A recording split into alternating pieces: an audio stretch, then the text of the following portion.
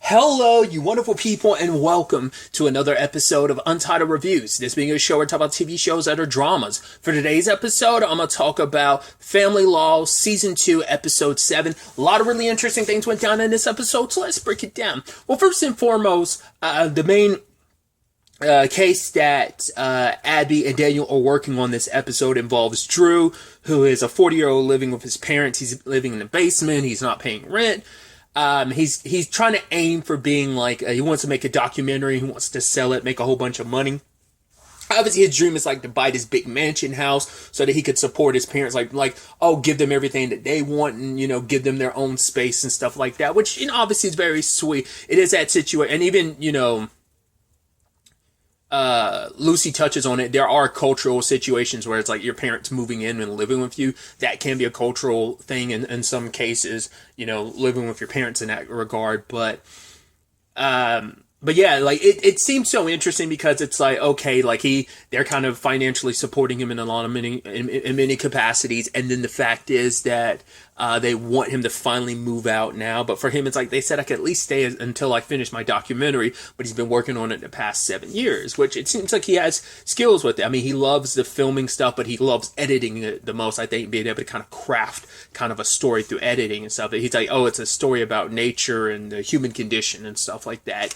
But the problem is when we look at when Abby and Lucy are there to see him, and then all of a sudden his parents are there and they're coddling him, which is like, they're like, oh, I know despite us having issues right now, you can't just survive off of coffee, and end up bringing him food and congratulating him. And it's like, oh, despite their issues, they're still doing stuff for him. So that seems so counterintuitive to like, oh, we want you kicked out of it. But I guess the point was like, okay, you're, we might want you out of the house, but it doesn't stop us loving you. I think that's more so what it was supposed to be about. But it's like, yeah, that definitely seems weird. But looking around his room, the basement, you see all these trophies they made for him, so he'd always feel special. And it's like, okay, so looking at the home videos, you end up, and I love that Cecil didn't see an issue, but Winston's like, yeah, this is far from normal because his parents coddled him his entire life. They never let him kind of go out there and kind of fail on his own. They would always kind of and once again, this is interesting and it's beautiful and also sad at the same time because it also once again, just how it parallels with Abby and her mom's situation or her parents' situation. That, I mean, it's a child typically will end up doing exactly what the opposite of their parents, and seeing kind of the hot mess that her parents were, both Harry and Joanne. It's like Abby wanted to do everything she could to make sure that her and Frank never became that. They kind of are that now, sadly. It's that situation of, despite all your best efforts to not repeat history kind of has a tendency to repeat itself, because there is this thing of just how I guess familial trauma, and I don't know if I'd even call it familial trauma, but just the aspect of just there's just almost something so innate that maybe I'm sure Abby kind of sees it as maybe that her as a dysfunctional human being, she has her issues and her flaws, and that maybe she worries that that's kind of something written in her DNA. I mean, that's what she even thought about the whole Sophia thing. Oh, Sophia's an alcoholic. Like her getting drunk like that. Maybe she has an alcoholic. Maybe she ends up having my vice and my demons. So it's maybe that is kind of hereditary in some capacities, right? So that kind of plays into this because Drew's parents, they were never really given that love and attention by their parents. So they wanted to make up for that, and they kind of went to the far extreme. So the lack of love and attention from their parents on the left side of the spectrum, but they went too far to the right and over coddled Drew, and now he doesn't know how to function as an adult. And so they tried to bring this up in court, and as Lucy kind of diagnosed it, kind of like a Peter Pan syndrome situation. He was never really allowed to grow up, and now it's all of a sudden you want to push him to the curb. He isn't just financially but mentally and emotionally dependent on his parents, because he even says he doesn't really communicate well with people. The fact is that that's why he has such an issues with some of the jobs he's had before, because it's the customer service aspect of it. He's I haven't, because I don't really do well with talking to people. It's it's not I'm doing it on purpose. It's just it's such a hard thing for him. And so they try to bring that up in court, but the judge didn't really want to listen to it because I think for her, it's just kind of brushed it aside of like, right, you should probably seek some medical, like some, like basically like some psychiatric, like counseling or whatever. I can't really force that on you. It's your decision whether or not to take it. But she's like, yeah, she ends up siding with the parents in this regard. So, I mean, which all of that is kind of an extra sting to Abby because one of her main motivation for taking on this case, they were going to kind of brush it aside, but they decided to go to court. Abby kind of made this decision because she wanted to go for Frank's jugular because he's representing the parents in this regard. This is the second time they've gone toe to toe. Granted, they were in a bit, yeah, they were at odds in season 1 when they went toe to toe because it's like where their relationship was and everything, but they were in a much better place than where they are right now. They're in the middle. You would almost think that would count as like a little bit of a conflict of interest, but at the same time it's like, well, divorcing lawyers doesn't have anything, you're on opposite sides of things. If you were working together, that'd be conflicting, but it's like you're opposite of each other in the court. If anything, that's just going to make you double down and help your client even more. I guess it wouldn't technically fall into conflict of interest, but technically I think it still would because it's like, right, that you're not looking out for your client's best interest because you're too busy trying to crush the other opponent. But it's like, that's personal stuff that it can come up, but I guess it doesn't matter enough to really come up during like the court situation. So I actually thought at the end of it all that they kind of would have won, but it was actually kind of a surprise that Drew's parents ended up winning the case. And, Abby's like, right, we could appeal it, but we're not going to. It's like, at the end of the day, like, try and find, like, maybe a job or kind of use your editing. He's like, oh, yeah, like, I'm going to move from, like, one production to another. Like, he wants to do something, like, big. Like, I'm moving from this documentary or something. And she's like, kind of go on the more smaller side of things. You kind of have to grow up. Which, he took that and ended up uploading a kind of promo video that he was supposed to kind of edit for his family's like hot tub business, and they were kind of like, oh, you're ridiculing us, but it's like, no, it actually made them seem more endearing in kind of an oddball way, and it actually is helping with the business. And so kind of both worlds kind of colliding of like, right, once again, his parents' love for him hasn't gone away, and I think this situation has allowed him to grow as an individual. Because even despite all this, like, whereas most family situations, it's like, oh, it's kind of nasty and tumultuous, like, and maybe the end result is everything's fine. It's like, everything was generally fine throughout most of the case because it didn't stop Drew and his parents from loving each other, so that love was still there. It just kind of had a little bit of a hang-up on it just because of the whole, like, him being moved out there. But he's going to be able to stay with his parents for another, like, 6 months to work on stuff, kind of build himself up. He's get a driver's license and so on and so forth, right? So like I said, everything's kind of heading in a more positive direction.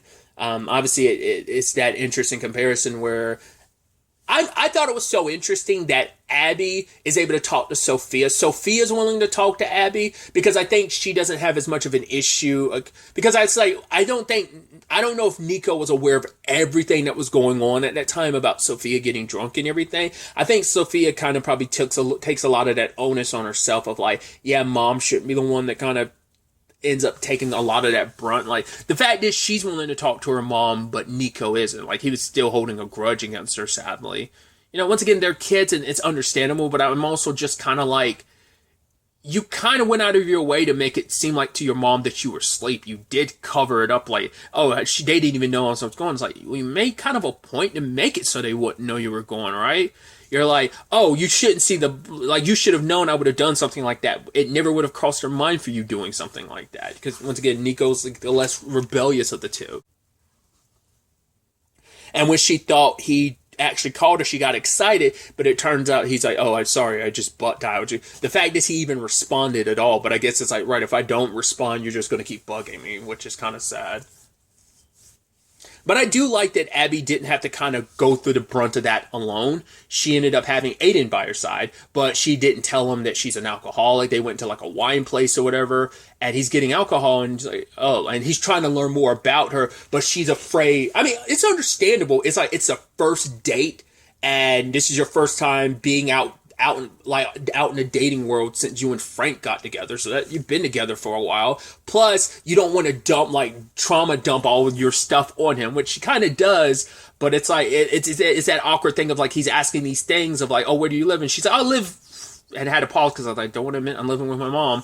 How freshly divorced are you? It's like, well, can't really answer that because I'm currently getting divorced. So it's a whole bunch of things that she couldn't really, she was kind of afraid to open up, and he kind of thought it was him. And it's like, okay, this is what's happening. I'm an alcoholic. The reason why I'm working at the business, why I shifted jobs, is because I was kind of forced to, because no one else was going to hire me after I threw up in court the way I did. The only place that could would take me is the company, the law firm that was owned by my dad, who is the only person who would hire me. Well, not just my dad, my estranged dad for like 30 plus years. So it's a lot, which never would have expected. But I guess all that emotional dumping, it's like, oh, like that vulnerability, it's sexy or something, because immediately got to it. So that's nice. And I love Abby coming back in, being happy. And it's like, and, Jerry's like, so? It's like, didn't come back home until like 2 a.m. It's like, yes! Because Jerry and her wife were so excited. Like, come on, it's a fire. Because I love Jerry's wife being like, yeah, it's a fireman. That's every woman's dream. And then she turns to Jerry,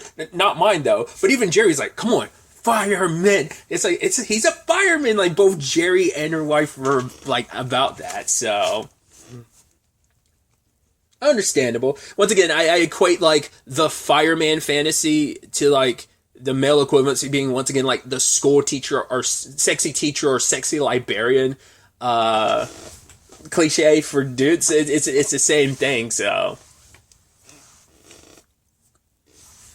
I also think it's so interesting. This season has really been a very, like I said, Frank was fun. Like, I don't think I had as much issue. Maybe I'm not remembering, but I was kind of like, bummed about some of the way, like, Frank was acting towards Abby. But, man, I just really, I think I hate Frank now. I think this season was designed to make you hate Frank. Because it's like, once again, we're inundated to like Abby because we see that she's struggling and she's putting in the work. She's trying to change. She's doing better in so many regards. But it almost feels like none of that matters to Frank. Like, all that good work she does kind of gets flushed down the toilet in front of his eyes. And even the fact is, she's like, I haven't seen my kids in a week. He's like, I don't think I feel right leaving my kids with you. She's like, that would happen. She's like, that wasn't my fault. He's like, here you go. You never take responsibility. What are you talking about? The fact is, she is taking responsibility. If she wasn't taking responsibility, she would be putting in the work that she's doing. And it's also like hypocritical because it's like, you weren't taking responsibility, cheating behind her back.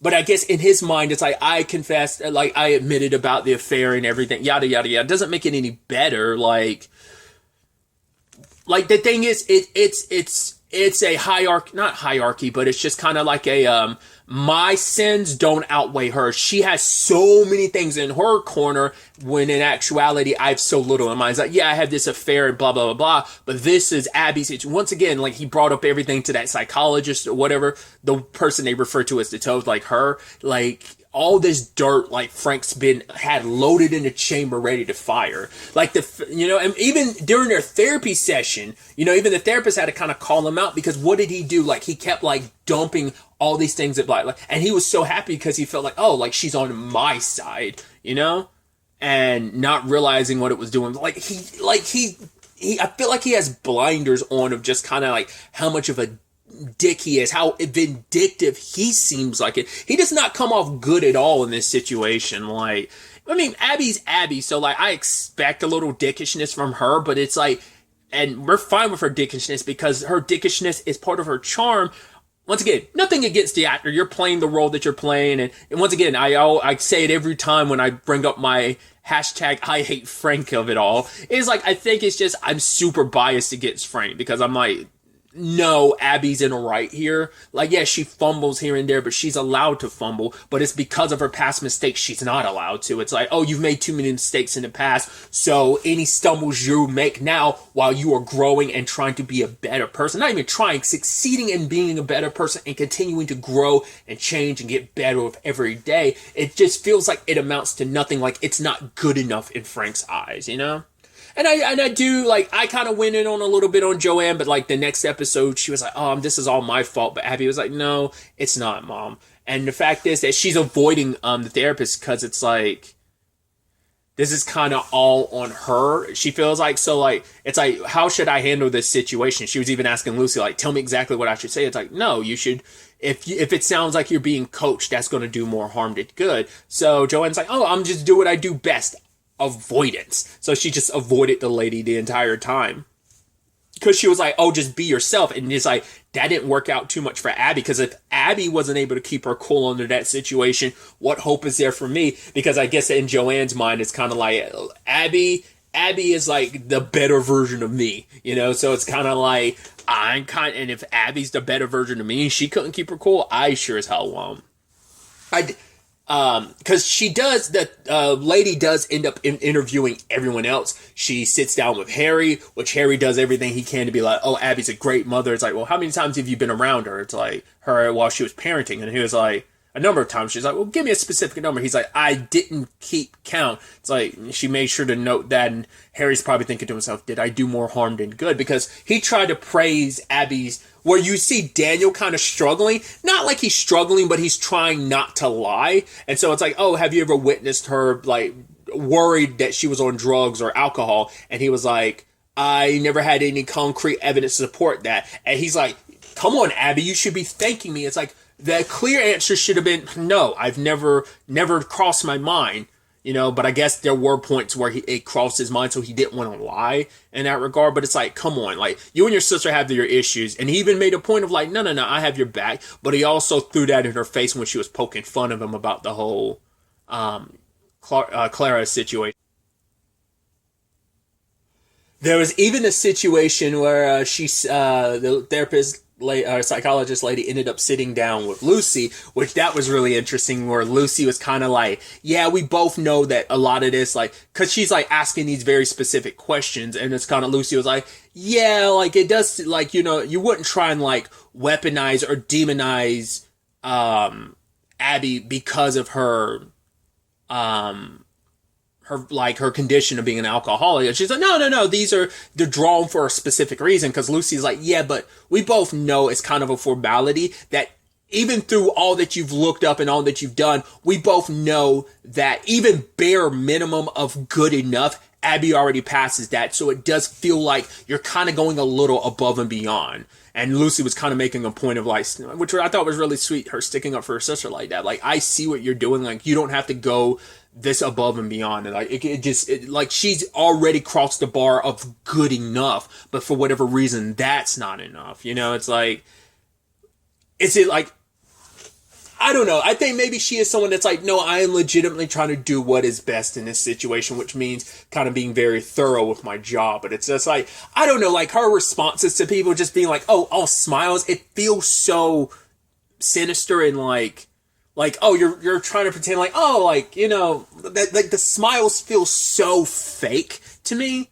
Like you have your own agenda, but you're trying to pretend like, oh, everything's above board. It feels like that. I mean, everything could legitimately, like I said, be above board. She's just being very thorough because she's just doing her job. But once again, I'm just inundated to Abby, so I just feel like her being screwed over. It just feels so wrong.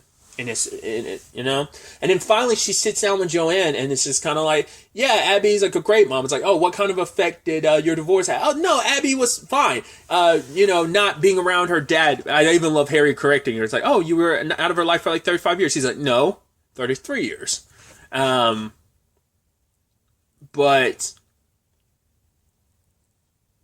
because she tried to say like, try to paint Abby in a different picture. But, you know, Joanne was like, one time, Nico wanted to come over, but Abby had to lie and say, hey, you can't go over to your to JoJo's place because I gotta work. When in actuality, Frank didn't want Nico coming over. And she's like, yeah, she's always saying that Abby's always done stuff like that, always kind of covered for him when she didn't need to, because it's always, because she's like, yeah, I've always told Abby who her dad was, that he was the lying, cheating sack of crap that he was. You know, her, once again, the circumstances are like kind of the same now.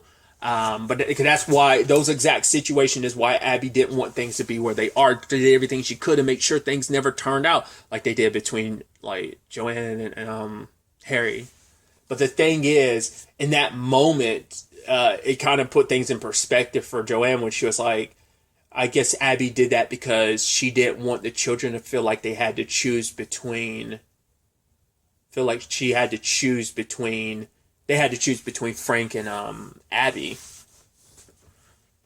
Because Abby learned last season that once again, her dad did try to reach out when she was younger after the divorce, but Joanne kind of was so angry and was a little vindictive, so she kept Abby away from him and just kind of made it seem like, oh, he never reached out and things fell apart any potential you guys linking up because of him, but it was kind of on her side of things. So they did kind of work past that because it's like, right, it's kind of in the past, can't do nothing about it now, but I think a lot of that's probably might end up resurfacing for Abby's mom, just thinking about that with everything going on. And once again, just worry that I don't want to do anything that could end up losing my daughter, her children. And ultimately at the end, Frank is willing to meet at the table, and it's like, okay, so we're willing to go back to the previous deal of how the parenting ship situation worked with the time split with the kids. But the problem is, well, for one, the easy solution, like, okay, no, the alcohol has to be locked up when the kids are, all right, easy, no peasy, easy peasy, lemon squeezy. But the problem is that Frank doesn't want them around Joanne, which she's like, yeah, she is the way she is, but she's never have been like, I'm sure he's always had an issue with her because she's never liked Frank, I don't think. But he's always kind of had his issue with her, and I think it's like, I know how you kind of screwed Abby up. I'm not about to let you do that to my children. So there's a little bit of that. But for Abby, it's like, you know that you're doing that very spitefully because I'm currently living with my mom. So basically, to get the rights back to have my children. And they're like, oh, we understand how difficult this is. Like, shut up. Just shut up.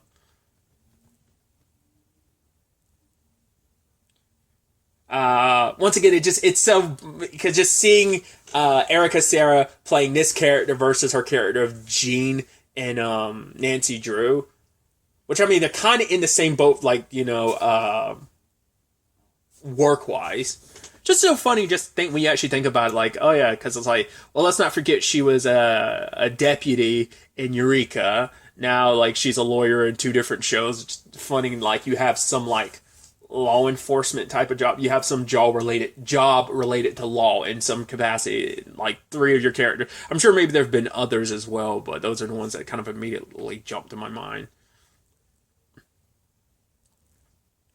But it's like, yeah, like Abby would basically have to leave her mom's, and because that would almost be an like indictment against her mom, like, oh, like, I need my children, and you're the issue, and because she already blamed, like, sadly Joanne does like already blame herself. Abby told her it's okay, but it's like, no, she still blames herself, and this is going to probably cut even deeper. But it's like, you're asking them to never see their grandmother again. It's like, he has issues with Harry, but it's like, well, there's nothing holding him, he can really hold against Harry, whereas it feels like, oh, Joanne's kind of the irresponsible grandparent. I'm curious to see how Harry would feel about that. If he heard about that, he'd be like, no, that's not cool. But it's also like, yeah, like I said, it is meant to be putting Abby in this complicated spot, because she basically would have to live somewhere else if she wanted to like have any visitation rights with the kids. And it's like, that's super unfair. He knows exactly what he's doing. It's such a bummer too, especially when things are just getting better. Like that word game that she's playing with Nico, he finally like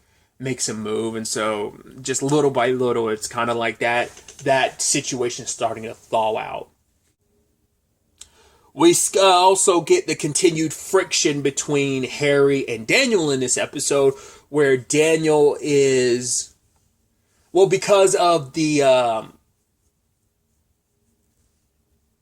thing from the 40 under 40, like him talking about how that he was going to change Svensson into the new age, they end up losing they're actually losing some of their major clients. One in particular, Harry's like, oh, I handled your divorce. She's like, yeah, but I heard you guys are going in a new direction, so ended up losing a big time client because Harry handled her previous divorce, and has a good working relationship with her because of that. But now it's like, I'm not going to go with you. In fact, I'm actually going to go to your adversary. Interesting timing too, because he that actor just returned to Riverdale as Weatherby, so I thought that was kind of neat timing and stuff like that. It just, he was in was it last episode or episode before last? So obviously he's one of those lawyers you get to see pop up. He's one of those recurring lawyers in this show. But despite Daniel, doing all this stuff to help out, well, the fact is that this client, it paid out, it did well, yada, yada, so on and so forth, because Harry made the whole point of like, right, we need to bring in paying clients and stuff like that. It's like, oh, that worked out, but it's like, I'm not going to coddle you and give you a attaboy just for you doing your job, Daniel. And it's like, so that's just making that animosity grow. To be fair, it's just built off of the fact is of like, right, you weren't really the encouraging father. And for him, it's like, oh, I give him like pacifying you guys, kind of like letting you kind of spread your wings on your own. Like, yeah, I might not have been the most nurturing parent, but look at the successful adults you've grown into. You should be thankful. It's like, yeah, like discounting the very like emotional, psychological damage you've kind of and left them with, but Harry doesn't see any wrong, which I guess arguably that's where Frank's thing of like, Abby, you never take responsibility is like, well, I guess you can make the argument Harry nor Joanne ever really did. I'm sure that would be Frank's argument in some regards. So that's just continued to like worsen their relationship. It's going to get bad, and I can only assume Daniel will, especially when Daniel constantly keeps bringing it up. It's like, yeah, when Abby leaves, when her like essentially her time here is up because she's only supposed to be there for a couple more months, like 6 more months before she can leave and do what she wants to return to, like what she was doing before family law. But it's like, he has some issues because it's like, once again, Harry's a lot more, despite their complicated relationship, he's gotten a lot closer to Abby over the course of the show. So he definitely has a better relationship with Abby and Lucy, which Lucy still hasn't pulled the trigger on the whole, were you cheating on my mom while you guys were together type of situation, which she's kind of getting the feeling that was the case, but she brought it up during a drunken message, but she hasn't really pulled the trigger on it. So we'll see if that ends up being something that comes up.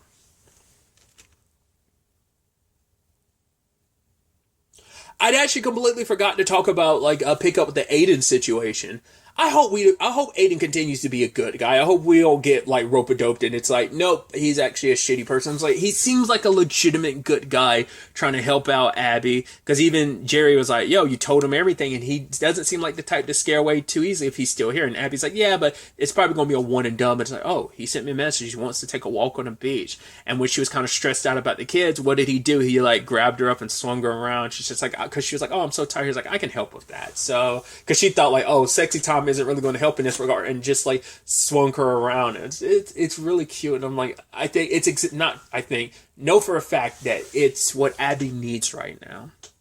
I also love the Cecil aspect of this episode too, where we find out, yeah, his paralegal status, he never actually passed the exam. But the problem is that if it gets found out, that could be an issue considering all that Daniel's gotten him to do for them over the course of the show. So it's like they could end up suffering ramifications for that. He's like, oh, don't worry, I'll tell Harry. He's like, nope.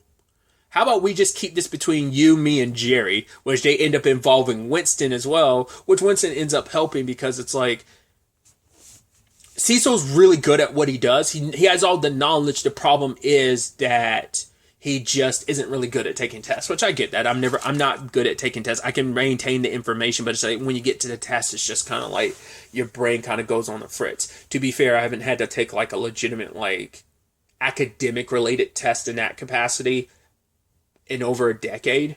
So going on what? 12 years, I guess, is the last time I took one in that capacity, roughly speaking. Cecil's really lucky to have someone who, he had other people have his back like that. If he had asked for help, I'm sure Nina definitely would have helped him out in that regard. But, like I said, I like Winston kind of being this new buddy of his, because it's like, I think Winston's the person he's gotten closest to, because he's got a decent enough relationship with everyone in the office, but like I think Winston's the only person he could probably be like, oh yeah, I'd legitimately consider you not only my workplace friend, but legitimately just my friend, because Winston set up the schedule for her. He's like, whoa, I'm not even mentally prepared. It's like, oh, don't worry, like because of your, I set them up to give you more time, and he's like, I don't have like a learning disability or anything like that. He's like, oh, then don't use the extra time, which the extra time ended up helping, and he ended up passing the test, which I love. He told Jerry, and she's like, hey, he's like, hey, I passed the test, and Jerry's like, yeah, I know. like kind of like you kind of had no choice but to pass the test. I wouldn't have accepted. None of us would have accepted it otherwise. Which yeah, it worked out in it. Like I said, I really like that budding friendship. I was worried that was going to turn into, like I said, a frenemy like rival thing. But it's like no. They've just been really good buddies since Cecil made it up to him and apologized about kind of taking all the credit. Like they ended up finding common ground because of the whole like not being good enough in some people's eyes type of situation. They know that pain a little too well. So I thought that was kind of a nice bonding thing between them, and they've just continued to grow closer as friends over the course of things. So yeah, it's definitely going to be interesting to ultimately see where this whole divorce situation continues to take us with Abigail and Frank, and because we haven't really gotten the kids side of things because they haven't been in the last 2 episodes. Like obviously, like off screen, they've like there's been that, but like we haven't had them like on screen, like them kind of knowing what their dad's really doing and just kind of really getting to see the effect this is all having on them. Because I want them to see Frank as kind of the douchebag that he's being right now, and kind of being there's some capacity, there's some aspects of reasonableness, but then there's other aspects that just seem like petty and vindictive, So once again, I'm very like anti-Frank right now, so that could easily just be my bias showing. So I'm excited to see where the next episode ultimately ends up taking us going forward with all of this. But really, that's all I wanted to talk about. Until the next time we meet, be happy, be safe, live life to the fullest, and enjoy it. Good day, and goodbye.